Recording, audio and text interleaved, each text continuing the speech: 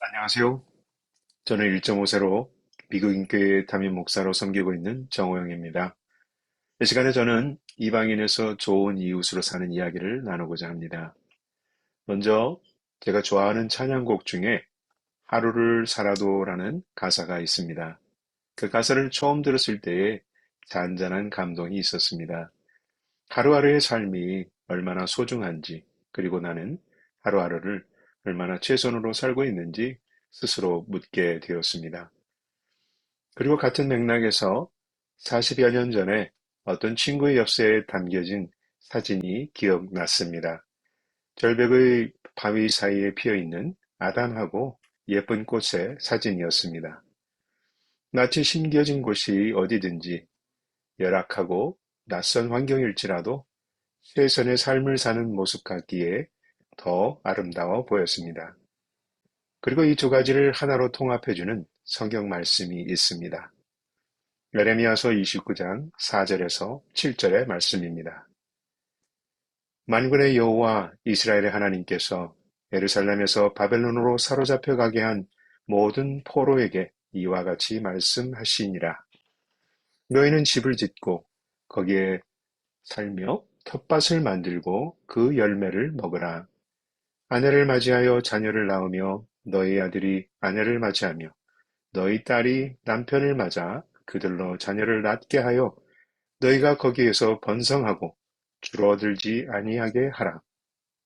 너희는 내가 사로잡혀 가게 한 그 성읍의 평안을 구하고 그를 위하여 여호와께 기도하라. 이는 그 성읍이 평안함으로 너희도 평안할 것임이라. 아멘. 이 성경 말씀을 한마디로 표현한 분이 있습니다. 17세기 초에 성 프란시스 디 살레스입니다. 이렇게 표현했습니다. 당신이 심어진 곳에서 활짝 꽃 피우세요. Bloom where you are planted. 이 말씀이 저에게 큰 감동으로 다가왔습니다. 왜냐하면 저는 이민 온 지 50년이 지난 1.5세입니다. 긴 시간이 지났고 미국 시민권도 있는데 왠지 미국 시민이라기보다는 이민자라는 정체성을 가지고 계속 살아왔던 것 같습니다. 안수를 받고 25년간 자연스럽게 한인 이민교회에 성한 교육 목사, 그리고 영어권 목회자로 섬겨왔습니다. 나름 목회에서 보람도 느끼고 행복했지만 어딘지 마음속에 허전한 부분이 있었습니다. 문득 나는 미국 시민이기보다는 이민자, 이방인 같다는 생각까지 들었습니다. 목회 영역이 한일 1세와 2세들로 한정되어 있는 것이 왠지 저에게는 아쉬웠습니다. 그래서 은퇴를 10여 년 정도 남기고 미국인 장로교회 담임을 신청하게 되었고, 현재 9년째 미국인 장로교회에서 담임으로 행복한 목회를 하고 있습니다. 이 과정을 몇 가지 생각으로 나누려고 합니다.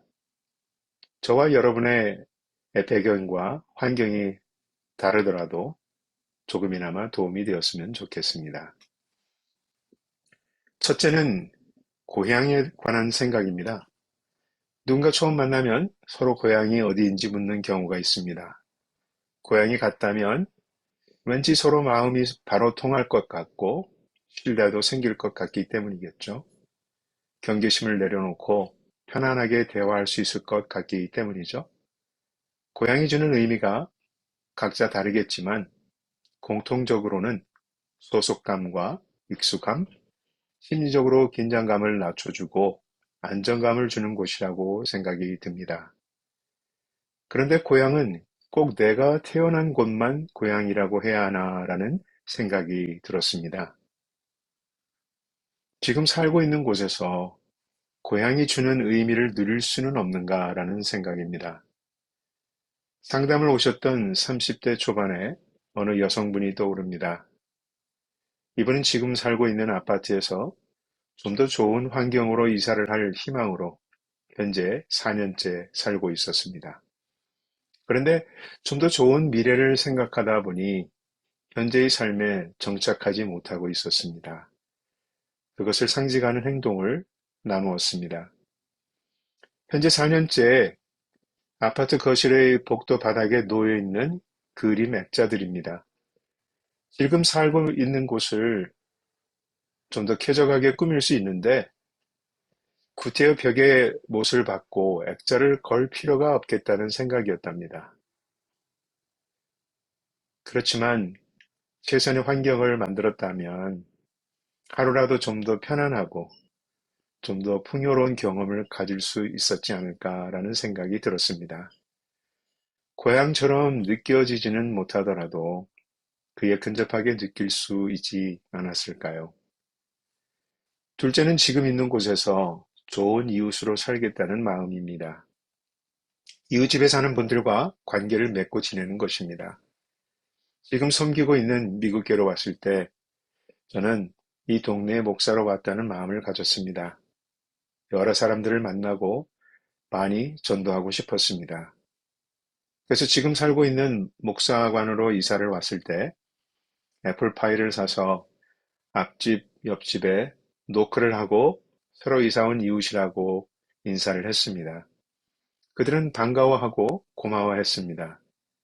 그 중에 세 가정은 바로 저희 부부를 그들의 집안으로 초대해서 차도 마시고 대화도 나누었습니다. 8년이 지난 지금까지 좋은 관계를 맺고 있습니다. 서로 오랫동안 집을 비울 때는 자기 집을 관찰해 달라고 부탁을 하기도 하고 앞집 부인이 갑자기 심하게 아플 때에 신방과 기도를 부탁해서 같이 기도하기도 했었습니다. 눈이 많이 올 때는 서로 돕기도 합니다. 그리고 산책을 하는 동네 분들과 인사를 나누는 일상들이 지금 사는 동네가 편안하고 안전하게 느끼게 해줍니다.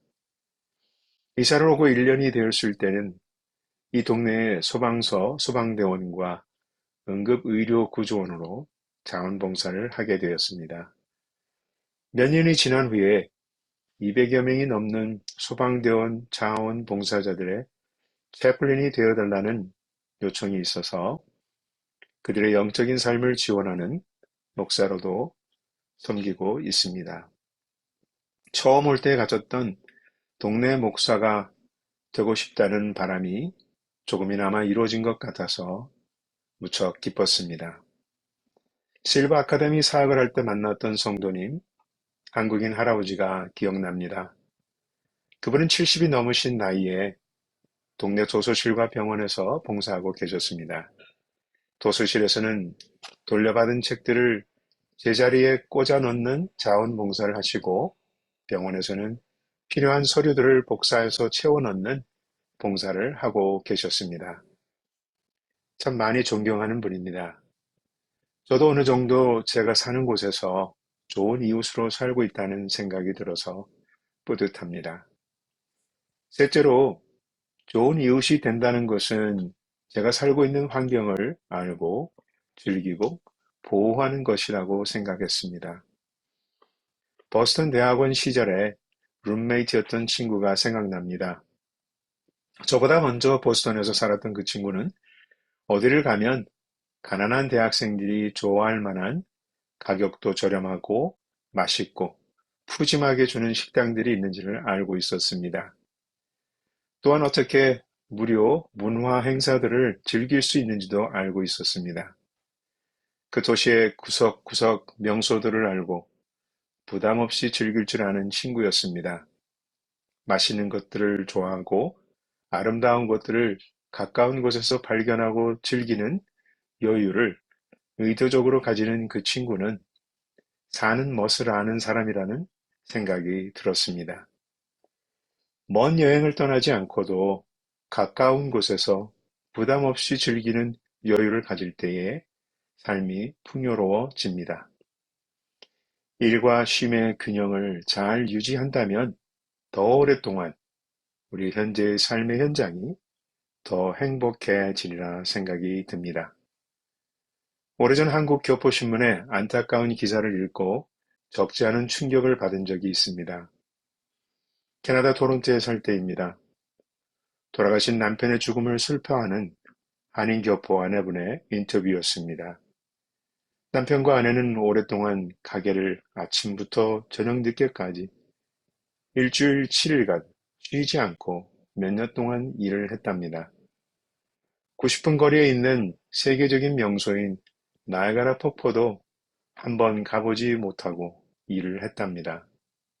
그런데 그 고생 끝에 이제 여유를 가지려고 했는데 남편이 뇌졸중으로 갑작스럽게 사망하신 겁니다. 티끌모아 태산이라는 말을 가끔 오해해서 행복함을 늘 미래로 미루는 분들이 있습니다. 그러지 마시고 현재 누릴 수 있는 것을 발견하고 가까운 곳에 있는 관계들을 돌보며 현재의 삶에 충실한 여러분이 되시기를 바랍니다. 여러분, 하루를 살아도 주님이 심기우신 곳에서 풍요로운 현재의 삶을 사시기를 기원합니다. 여러분의 삶의 영역이 넓어지고 풍요롭고 여러분의 만남이 이방인에서 좋은 이웃으로 변화되며 지금 사시는 곳이 여러분의 제2, 제3의 고향이 되는 그 기쁨을 누리시기를 간절히 기원합니다. 감사합니다.